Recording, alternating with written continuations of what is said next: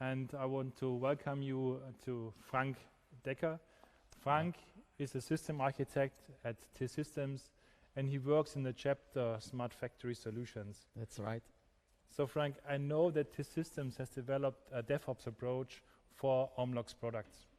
And one part of that is augmented reality. So could you explain us in more detail what this is all about? Yeah, sure, Daniel. So what I have brought with me is an augmented reality solution from our DevOps toolset. This is an Android application that works on the tablet here, but you can also use it on smartphones or even smart glasses.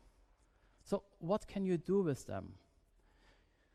Using the application, you can easily visualize geofence data from the Omlox hub direct in the factory hall, and you can validate the setup.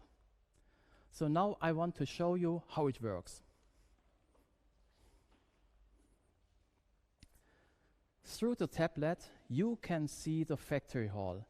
Additionally, you can see the fence data in 3D, and that's amazing because you can go around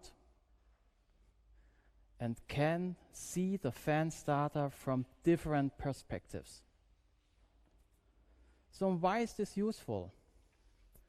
This is useful for calibration and validation because the workers can check very easily if the new defined geofences from the Omlox hub fits the production process. I see. Yes. Okay, so if I understood you correctly, Frank, and please correct me if I'm wrong, Yes. but you are using this data matrix code as a reference point in your software. Yes, I need this reference point because I have to know where I have to place the 3D content. Okay.